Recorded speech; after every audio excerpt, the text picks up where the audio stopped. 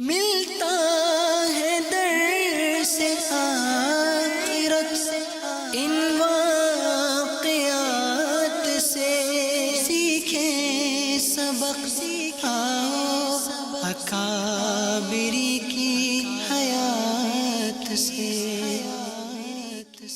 الحمد للہ رب العالمین والصلاة والسلام على سید المرسلین، اما بعد فاعوذ باللہ من الشیطان الرجیم، بسم اللہ الرحمن الرحیم۔ الصلاة والسلام علیک یا رسول اللہ وعلى آلک واصحابک یا حبیب اللہ، الصلاة والسلام علیک یا نبی اللہ وعلى آلک واصحابک یا نور اللہ۔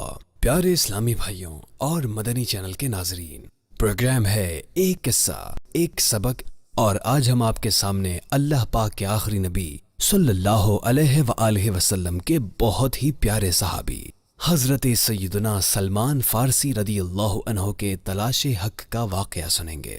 آئیے سب سے پہلے درود پاک کی فضیلت سنتے ہیں۔ درود پاک کی فضیلت، حضرت ابو طلحہ انصاری رضی اللہ عنہ فرماتے ہیں، ایک مرتبہ صبح کے وقت اللہ پاک کے آخری نبی رسول ہاشمی صلی اللہ علیہ وآلہ وسلم کے پر نور چہرے پر خوشی کے آثار تھے۔ صحابہ کرام علیہم الرضوان نے اس کا سبب پوچھا تو فرمایا، اللہ پاک نے پیغام بھیجا ہے، اے محبوب صلی اللہ علیہ وآلہ وسلم، آپ کا امتی آپ پر ایک مرتبہ درود پاک پڑھے گا، میں اس کے لیے 10 نیکیاں لکھوں گا، اس کے 10 گناہ مٹا دوں گا، 10 درجات بلند فرماؤں گا اور اتنی ہی رحمت بھیجوں گا۔ صلو علی الحبیب صلی اللہ علی محمد صلی اللہ علیہ وآلہ وصحبہ وسلم۔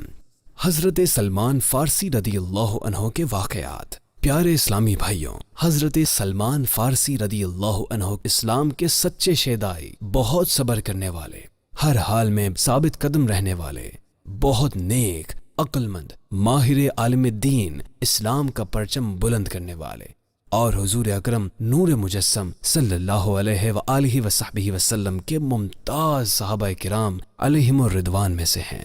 فارس یعنی ایران کے رہنے والوں میں سب سے پہلے حضرت سلمان فارسی رضی اللہ عنہ نے اسلام قبول کیا۔ آپ کا نام پاک سلمان ہے، فارس کے رہنے والے تھے اس لیے فارسی کہلائے۔ حضرت سلمان فارسی رضی اللہ عنہ کو سلمان الخیر یعنی سلمان بھلائی والے بھی کہا جاتا ہے۔ تلاش حق کا سفر، حضرت سلمان فارسی رضی اللہ عنہ نے بہت لمبی عمر پائی۔ روایات کے مطابق آپ 250 سال سے زیادہ عرصہ دنیا میں تشریف فرما رہے۔ کہا جاتا ہے کہ حضرت سلمان فارسی رضی اللہ عنہ نے حضرت عیسیٰ علیہ السلام کے حواری یعنی صحابی کی زیارت کی ہے۔ حضرت سلمان فارسی رضی اللہ عنہ فارس کے شہر اصفہان کے رہنے والے تھے۔ آپ کے آباء و اجداد مجوسی یعنی آگ کی پوجا کرنے والے تھے۔ حضرت سلمان فارسی رضی اللہ عنہ نے بھی مجوسیت کی تعلیم حاصل کی اور اس میں ماہر بنے، مگر جلد ہی آپ اپنے اس باطل دین سے بیزار ہو گئے اور حق کی تلاش میں نکل پڑے۔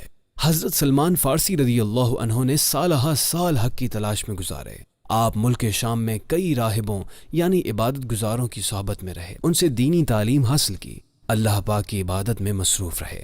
آخر ایک راہب کے پاس پہنچے، اس راہب نے اپنے آخری وقت حضرت سلمان فارسی رضی اللہ عنہ کو فرمایا، بیٹا میری معلومات کے مطابق اب دنیا میں کوئی ایسا راہب نہیں ہے جو درست دینی تعلیم پر کاربند ہو، ان قریب اللہ پاک کے آخری نبی ظہور فرمائیں گے، تم ان کی خدمت میں حاضر ہو جانا۔ اس راہب نے حضرت سلمان فارسی رضی اللہ عنہ کو مدینہ منورہ کے متعلق بتایا اور پیارے آقا مکی مدنی مصطفیٰ صلی اللہ علیہ وآلہ وصحبہ وسلم کی بعض علامات سے بھی آگاہ کیا۔ ملک شام میں اہل عرب کے قافلے آتے رہتے تھے۔ حضرت سلمان فارسی رضی اللہ عنہ ایک قافلے کے ساتھ شریک ہو گئے اور سفر مدینہ شروع ہوا۔ راستے میں قافلے والوں کی نیت خراب ہوئی اور انہوں نے آپ کو تنہا دیکھ کر ایک کافر کے ہاتھ فروخت کر دیا۔ روایات کے مطابق حضرت سلمان فارسی رضی اللہ عنہ 10 بار بیچے گئے، بالآخر بکتے بکاتے مدینہ منورہ پہنچ گئے اور یہاں رہ کر سرکار عالی وقار مکی مدنی تاجدار صلی اللہ علیہ وآلہ وسلم کی آمد کا انتظار کرنے لگے۔ آخر کار انتظار ختم ہوا۔ یہ ایک سہانا دن تھا۔ حضرت سلمان فارسی رضی اللہ عنہ اپنے دنیاوی مالک کے باغ میں کھجوریں توڑ رہے تھے۔ آپ نے خبر سنی نبی آخر الزمان شاہ کون و مکان صلی اللہ علیہ وآلہ وسلم مکہ مکرمہ سے ہجرت کر کے مقام قبا میں تشریف لا چکے ہیں۔ اس خبر نے عشق کی شمع مزید روشن کر دی۔ حضرت سلمان فارسی رضی اللہ عنہ کا دل بے قرار ہو گیا۔ برسوں جس آقا کا انتظار کیا، جن کے دیدار کی خاطر بار بار بکے، میلوں سفر کیا، وہی آقا دو عالم کے داتا صلی اللہ علیہ وآلہ وصحبہ وسلم تشریف لا رہے ہیں۔ اللہ اللہ، دل بے قرار ہے، مزید صبر دشوار ہے۔ حضرت سلمان فارسی رضی اللہ عنہ گن گن کر گھڑیاں گزار رہے ہیں۔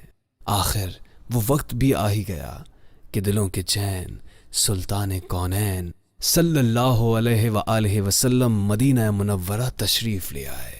مدینہ پاک کی گلیوں میں عید کا سما ہے، ہر طرف نور ہی نور ہے، خوشیاں ہی خوشیاں ہیں۔ موقع پا کر حضرت سلمان فارسی رضی اللہ عنہ بھی حاضر خدمت ہو گئے۔ راہب نے جو نشانیاں بتائی تھیں وہ دیکھیں، سب نشانیاں پوری تھیں۔ چنانچہ کلمہ پڑھ کر محبوب رب سلطان عرب صلی اللہ علیہ وآلہ وسلم کی غلامی اختیار فرما لی۔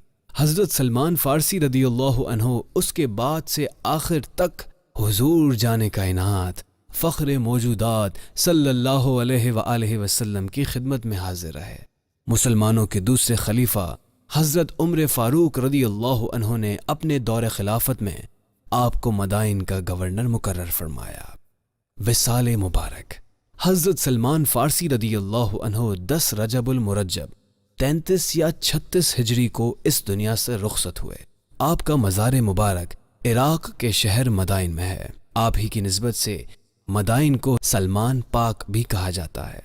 آخری وقت رونے کا سبب، پیارے اسلامی بھائیوں، صحابی رسول حضرت سلمان فارسی رضی اللہ عنہ مدائن کے گورنر تھے۔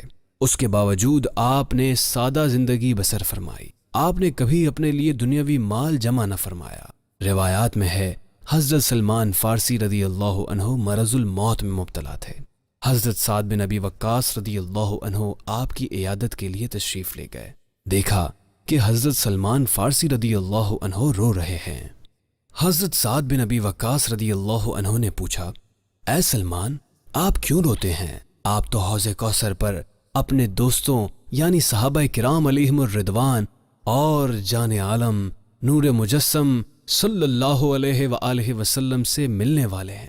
حضرت سلمان فارسی رضی اللہ عنہ نے فرمایا، میں موت کے ڈر یا دنیا چھوٹنے کی وجہ سے نہیں رو رہا، بلکہ میں تو اس وجہ سے رو رہا ہوں کہ میرے ارد گرد کثیر ساز و سامان پڑا ہوا ہے، حالانکہ میرے خلیل حضرت محمد مصطفیٰ صلی اللہ علیہ وآلہ وسلم نے ہم سے وعدہ لیا تھا کہ تمہارے پاس دنیاوی سامان صرف اتنا ہو جتنا ایک مسافر کے پاس ہوتا ہے۔ راوی کہتے ہیں اس وقت حضرت سلمان فارسی رضی اللہ عنہ کے پاس جو سامان تھا وہ صرف ایک برتن تھا جو وضو کرنے یا کپڑے دھونے کے کام آتا تھا۔ اللہ اکبر! اے عاشقان رسول، یہ ہیں صحابہ کرام علیہم الرضوان، دنیا کی محبت سے انتہائی دور اور ہر وقت آخرت کی فکر میں رہنے والے تھے۔ دیکھیے، حضرت سلمان فارسی رضی اللہ عنہ کے پاس صرف ایک برتن ہے اور اسی کو کثیر سامان کہہ کر رو رہے ہیں کہ میں نے زیادہ مال جمع کر لیا۔ آج ہمارا حال اس کے بالکل الٹ ہے۔ ہزاروں روپے آمدن ہے، بینک بیلنس بھی ہے، گاڑی بھی رکھی ہوئی ہے، گھر میں ضروری سامان کے ساتھ ساتھ اضافی سہولیات بھی موجود ہیں۔ اس کے باوجود مزید کی طلب ہے، دن رات بس پیسہ پیسہ ہی کرتے رہتے ہیں۔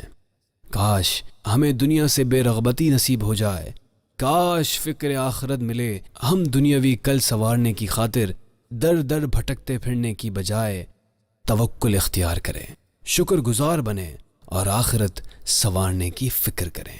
اللہ پاک ہمیں حضور صلی اللہ علیہ وآلہ وسلم کے تمام صحابہ کرام علیہم الرضوان کی سچی محبت اور دین حق کے لیے قربانیاں دینے کی توفیق عطا فرمائے، آمین۔ آج کے پروگرام کا وقت اختتام کی طرف بڑھ رہا ہے۔ آئندہ ایک نئے واقعے اور سبق کے ساتھ حاضر ہوں گے۔ تب تک کے لیے اجازت دیجیے۔ صلو علی الحبیب صلی اللہ علی محمد۔